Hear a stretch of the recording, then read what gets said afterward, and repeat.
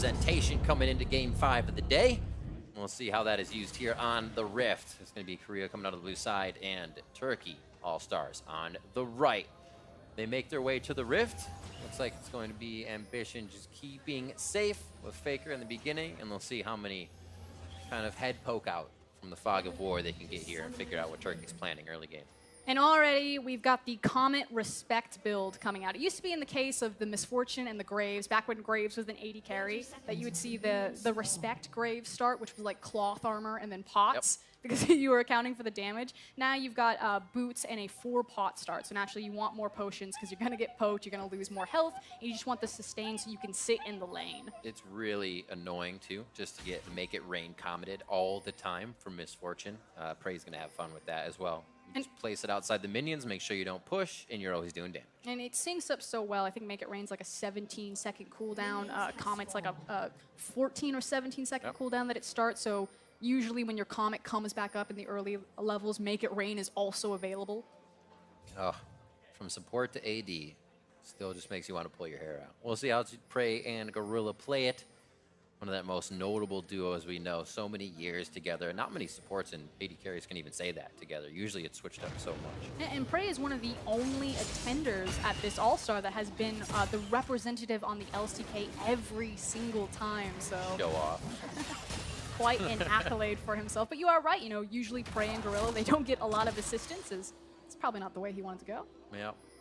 Finding a little damage to the brush. Cuvée now meeting Thaldrin in lane, and we'll see how this one plays out to start things off. Shield on shield action, as they might not get too much damage done there. The classic try to tilt Faker with the cheesy level 2 gank. He's waiting for the cooldown because he used his flag and drag to get in, trying to dodge the ward in the river, so now he has it, and here he goes. Sees it, actually starts working towards the bottom side. Very nicely done as well. They have that vision control towards the top, so you would kind of expect Faker to say, hey, I feel more comfortable hanging towards the left side of mid, but plays that one very smart. I think Faker took a page from Karsa's interview, where Karsa said he was the only SK team member, so he's probably going to be alone, and we should pick on him. He's like, no, no more. I will play this super safe, stand in the exact middle of the lane, and expect everything. Looks like level 2s didn't do too much for the bot lane. It was hit first by Turkey, and Korea just playing it nice and safe on the back, getting the heals in when necessary and not going aggressive. Zeitnot's doing a great job. When you play against Misfortune, you want to stand to the side of the creeps naturally, because if she kills the creep that she's using her double up off of, I don't know if you've ever been hit by that in solo queue, but you lose like half your HP, and then just usually try to forget in the first place. I just ult it. It's always, there's not much in the game, I guess Zoe now, where you're just like, oh my, what was that? And that's one of the things, that double up does that. Especially with Zoe on the ban list this game, thank God. We'll see how the teams just fare overall now. 3.5 minutes in, not too much action, but a gank towards the mid lane that Faker was able to get away from. And there was a possibility of a return gank. Stamaj is hanging around there, but Frozen's pretty much like, no, I want to take my back timer, so should continue to be a little bit slow, but you can already tell kind of what the game plan is from Turkey, which makes sense. You've got the hard CC from the Syndra, you've got the displacement from the Jarvan. Ryze, I'm not going to say he's immobile, but you know, he doesn't have a dash built in or anything. Little pressure from Stonemage down towards the bot side. The flash, the lick. Is it enough, though, to stick the kill in? They're actually going for Prey. A little bit of mismatch onto Gorilla, as Prey was just out of the flag and drag, so they're not able to capitalize. Zeitnot was just a bit far behind and only delivers one volley into the fight. Korea now with a little bit of knowledge of where Stonemage was. We'll see if Ambition makes his presence known bottom. I have a feeling that Ambition's just going to continue to power farm through this again. He had the opportunity because there was so much CC across the map from him and all of his laners that, hey, do I want to play this one, you know, hard and fast and look for the counter ganks, or do I just want to play this one a little bit slower and farm it up? Sejuani, one of the few tank junglers that really hasn't fallen out of favor in the new Runes Reforged system. It's pretty much been either Sejuani or Rek'Sai, and you kind of choose, you know, do I want a more active early game? You know, am I facing across from something like a Lee Sin? Then maybe you go for the Rek'Sai so you can compete with it early game, or you can fall back to the Sejuani, especially when you're looking across from someone like Jarvan, and just try to farm it out. Farm it out, always super healthy in the jungle, and always able to make a move if necessary. Leaves a lot of windows open. Ambition's been on the map for quite some time, now starts to get himself into a bit of a scary situation as he wards up. and make sure he has knowledge of where Stomage is once again. These wards on the bottom tell him also that Stomage is top, so the team still has that information. Exactly, and he's walking over to wards on the Krug side as There you well. go. The entire map is lit up, pretty much every single one of his camps. There's also one on the Raptor camp itself. So the question is, what is Ambition going to do with the information? I suspect that he's going to continue to farm. It kind of fits the Ambition Samsung style of playing it a bit slower, Very true. especially when you have a composition that scales as well as the LCK does. I think the only time we don't get that Ambition, like safety farming, is when he's on the Nidalee, and then you're just kind of hoping that the team's behind Ambition when he leaps in. It's very interesting in the styles. He sometimes switches through again onto Faker, quickly hits that cleanse out, and he looks like he's going to keep himself safe for now. Faker alive. Another pressure from Stomage. Yeah, and still holding onto the flash, and that's the big thing. It's now bottom, hit and miss. Tom Kinch, woo! Yeah, quickly out. Thank you very much. There was last bit of mana there too, so they just got Zeitnut to safety. As Thaldren's getting pushed up to the turret, looks like Juve's just getting to work on the minions, making sure that Thaldren has to focus on getting his own CS. They're going to be going for the dive. 6 is there. Subjugate goes down to get a little bit more tanky from Thaldren, but Juve in a bad spot here as the final touches are they coming down. And Ambition in, Arctic Assault to come out, gets the W, may not need to queue in. The auto comes in for first blood. Ambition Sejuani. Clinical there from LCK. They wait until QV has the ultimate. He's going to use it so he can be the primary tank, and they just corner Thaldren in between the wall and his tower here. Has difficulty getting around to freedom because of where the nice pillar placement is. Has to use his W, and it may look good there. Maybe he trades 1-for-1, but again, the Trundle is just so tanky, and it's an easy walk down for Ambition. 2 flashes there, definitely necessary. Thaldren as well, blowing his, but the teleports have been used to get back into lane. And we see Turkey trying to gain a bit of control towards this bottom side of the map too. They say, hey, we take it slow. If we know that there's going to be pressure topside, we may be able to make some work of this Mountain Drake. And the scary thing is, you know, QV didn't get the kill, did participate with an assist, although I may have to hold up because they will not stop ganking Faker. Didn't you say tilt Faker? Isn't that what you got to do? I think that's the only way to win, but even if you do, he still attempts to like 1v9. When you keep running it back mid, when does he become the salty run back? At what point? Gang 5? Gang 6? Looks like they let this one fizzle out as Gorilla's going to meet Zerg staying in the river, but they just walk it out. They'll be fine. And so again, kind of back to my top point, QV didn't pick up the kill, did get the assist, but he's got a massive CS lead, and he also has his team out right now. So Trundle is a huge problem, and it's now the question of, do Turkey expend resources to try to even out the damage that they've done, or do they just say, you know, screw it, we're going to go all in on the bot side, all in on the mid lane, and try to get the teleport play to get him back in? Looks like Korea is going to do just that, somewhat pinching in the blue buff. It doesn't look like they'll follow. Nice job by Frozen taking that away. He knows his boundaries on Syndra. That is one of his main champions. This is mine. Thank you very much. Faker thwarted on that one, will have his own blue buff in just a little bit as Ambition goes around. I was going to say, that gives them an idea, though. They're privy to the knowledge that now Ambition's going to be topside. Something else may be able to work, but Thaldren's teleport is down as he is just getting bit in the butt in his onesie here by QV, owning the lane on this Trundle and using that subjugate. Actually didn't even there. That was a regular fight. And now there's multiple targets available. We said that QV was going to be a problem for Thaldren. You just saw that. Well, now Frozen sitting in the mid lane without cleanse, without flash, and it's probably going to be a pretty quick and easy decision to say, let's wait for the Sejuani ultimate. Yeah. Just walk back to the mid lane. I'll grab him. You hold him down. So what is on the list for Turkey to kind of prevent this? A lot of things have been happening. You know, there's some flashes blown from the engaged top. Do they kind of hang out and farm still, knowing that those are down for Korea, or should they act? I think the opportunity is around Zeitnot in the bot side. It's kind of the one lane that's not necessarily even, but hasn't swung too far one direction or the other. Again, you can try to make that team play. The issue is with Ashe constantly being such low health, it's always going to be dangerous to look for that opportunity. But maybe you get control, or maybe you take advantage of a back timer, get the mid-wave push, and then just start rotating bottom. Maybe you try to 3v2 it. Just always getting shots in. It's like, I'm MF, but I am poking you now. You just try to get away from it. It does not work. It's just what dominated Caspa Cup. The fact that she doesn't even Yeah, have to it's very rely true. on the trade pattern of that massive double-up damage, that she has, what, 650 range on just laying down the make it rain and just letting Comet do all of the work for her. So you get some single autos on the back. There's the make it rain Comet.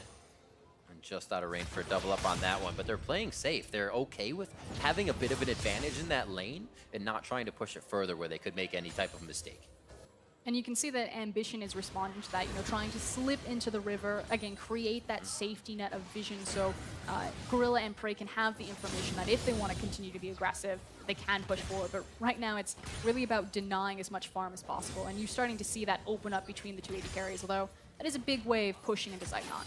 And this will be interesting if it works. Faker was seen by Frozen walking up. Now, how much does it just work when Korea puts something in action? Thaldren's already in a bad spot as he stayed at the turret, and they are able to still walk that up. Frozen, just a few steps behind Faker, wasn't even able to do anything for his top laner. And unfortunately, Turkey's only option there is to either bring more members than... Oh, hold on. that was pretty keen. I liked it. That's ambitious. Yeah, Is to either bring more... Yeah, you got it. I have there.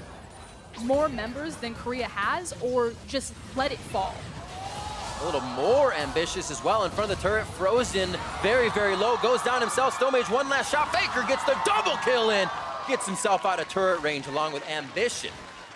4-0. The reason why Korea went for that engagement there, or went for the continued skirmish, is because they saw that the key ultimates had already been used, that Turkey had thrown away all of their advantage or all of their tools and their weapons, and then decided to execute. And just like you said, where will we be back once that Sej ult is up to that down cleanse in the mid lane we just blew on our way to our blue buff? And now this is going to be two towers falling pretty close back to back in favor of Korea. An open map means that you've got more room to run for Ambition. It means that Faker can start roaming around and assisting that bot lane. So classic Prey and Gorilla. They held tight, and now it's time for the rest of the team to move on down and pick them up. Causing Europe to put their rally caps on now. Things are getting tough for Turkey. There was the initial ult, like you said. A few were down after that instance, and it looks that much better now with that cleanse down on Frozen. And again, Frozen can do nothing here. There's no Jarvan ultimate, so you can't even use the Cataclysm to either trade the damage back or trap them away from the Syndra. It's a full reactive ult as well. He didn't even have that many spheres on the ground, so you're missing a bit of damage. Unfortunate. And that's what Korea's very good at, is making you play reactive. Even if Korea's behind, they're very fluid in correcting a mistake or making a way to the advantage once again. It seems like they do it here from the get-go. 3-0 for Faker, and one of those kills over to Ambition. And now it's the question of where do they strike next. I suspected that it would be the bot lane. Of course, they don't need to pull QV. He can continue to be just a terror in the top lane, but Turkey are running out of time in terms of how they want to inch back into this game before a late game team fighting or a late game composition has now just won the early game. So it's just only going to get worse. You're already getting a very big trundle that shouldn't be doing too much until he's able to really soak up what Thaldren does, but they have him with 2 assists. Let's see what they can do towards the bot side. Ambition says, this part of the jungle's mine, and it's for Prey. And there's also a very deep teleport ward if QV wants to use it. Oh, Faker trying to roam warp out. He says, bye-bye. I do not like this situation in a 3v1. He plays that smart and finds his team towards the bottom side of the map. You guys use a lot of ships passing in the night as kind of your analogy, your go-to phrase. I feel like that was actually ships passing in the night. But here we go, team fight. Oh, very, very close to going down. Stonemage going to get spit out. Bullet time coming across the team, and that's going to be a pickup in for Gorilla as he slams down the hammer. And Turkey are unfortunately on the outside track there, because not only was it the clean pickup in the jungle, the blue buff, but it was also the minion wave crashing into the bottom tower, and 3 members of Korea ready and waiting to siege another structure. What an influx of gold as well. One turret after the other. They haven't even been back to spend this money yet. And they are just floating in gold right now. They'll be back to do that, and back very quick, if you will, onto the Rift to do it once again. And taking another look at this, it's just not a lot of vision for Turkey here, unfortunately, and walking into a very short corridor against a very fed team. The CC is easy to stack from multiple members. Ambition hits the fadeaway ultimate into a nice ultimate from Prey, but Gorilla's like, nah, I did all of the work. It's my kill. It kind of all slowly happens in the way that Korea wants it to. They're like, oh, that's great. They've devoured Stonemage. That means Zeitnot can get hit. So they went right after Zeitnot, saying he has no safety. It's just very quick, critical thinking is what players will say a lot if the pros have. This player has really good critical thinking that just seems Korea's always on top of. Yep. So they've now made their back, spent their gold. We're closing in on a 10K gold lead in favor for Korea at 14 minutes. They're just about there. So they've set up their triangle vision around the Mountain Dragon. You can already see that Faker's probably going to start pulling it out. It's going to be an easy objective, and then we should start picking up a lot of this vision and this pressure and moving it towards the top side of the map around the Rift Herald. So that should be kind of the next 5 minutes for Korea. Rift is still up. Feels like we're a little bit later in the game already with how far Korea has pushed us forward. And that just means Korea may actually get that Rift Herald into Turkey's base at this point. One last hit, Envision. Almost. And by breaking the outer tower so early, if Rift Herald does fall to Korea, that means that they get to use it on an inner structure. And that's massive for their Baron control, you know, once it takes over the 20 minutes. They also have the wave control as well. It's so hard for Zeitnot to get over to janitorial duty. Thaldrin to want to be top lane as well to a QV. They can already push him out of lane. So it's very hard for these guys to, okay, ships, there you go, there you go. Ships that were looking at each other in the night. Do ships make eye contact? They can, sure. As long as the front doesn't fall off. 16 minutes on the clock here as that Rift Herald will get picked up. And it is 31.5 to 23,000 right now. Just hitting Turkey with bags of money. And soon a Rift Herald, as you said, on those inner turrets. I suspect that they'll give this one over to QV and allow him to use it where he pleases. If it goes to an Ambition, possibly they want to use it more so in the mid lane. It is actually an Ambition that's going to pick it up. So trying to group together and make full use. They don't just want to get like a chunk and then have Trundle, you know, maybe get a chunk on the tower and then 3 members show up. They want to take the entire structure with it by using it with at least 4 members. See what the members of Turkey want to do. They are power in numbers for sure. They are walking around in the buddy system right now. It's just going to be too hard to do anything otherwise. But they need to throw an arrow kind of right now. So they just had vision that Faker was bottom, and of course they're going to swing the Ryze out there. He's got the added mobility of the ultimate. And then QV's got complete control over the top side. And that was kind of the small window that Turkey had to say, okay, Faker's over there, QV's over here. This is probably a 5v3, and we've got 20 seconds to execute. But just that hesitation. It seems very small, but not throwing the arrow there, not looking for the initiation. Although now he gets it there on a control ward. Very nicely done as well. Zeitnot's Rift like, Herald coming out, and Rift Herald bopped. what do you know? I'm going to save the arrow and throw it blind to deny the Rift Herald. So, very nicely done. I have been proven wrong. Good job, Zeitnot. We're like, he has to hit Prey. How's he going to thread the needle? Nice play there to actually stop a whole lot of pressure coming out. Great play from Zeitnot. And of course, he did see Sejuani sneak into the side there with the vision placed at there we go, the top of the Raptor camp as well as the top of the red buff.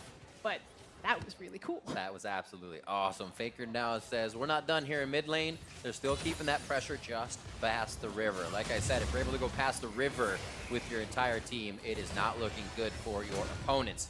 Korea now starting to clear out the wards as well, throwing a little wide left, goes to Glacial Prison, and now they're trying to save Zeitnot. He gets himself to the back of the line. Stomage is into the back as well as Faker gets himself the safety. Thaldrin's in, and the middle of the fight gets the bullet time as Bastion really doesn't hit anyone with a follow-up dazzle. Faker and the team looking to realm warp forward so they can get to the back line. They've done such a great job of protecting Zeitnot and Frozen. They've been able to deliver damage in, and Korea are finally thwarted and engaged. Yeah, Turkey with a great team fight right there to split apart Korea. You called it, Riv. The fact that Gorilla's ultimate really didn't do anything for that team fight was a major turning point, but also huge props to Tom Kinch to be able to maneuver Ashe to safety there and continue to lay out the damage.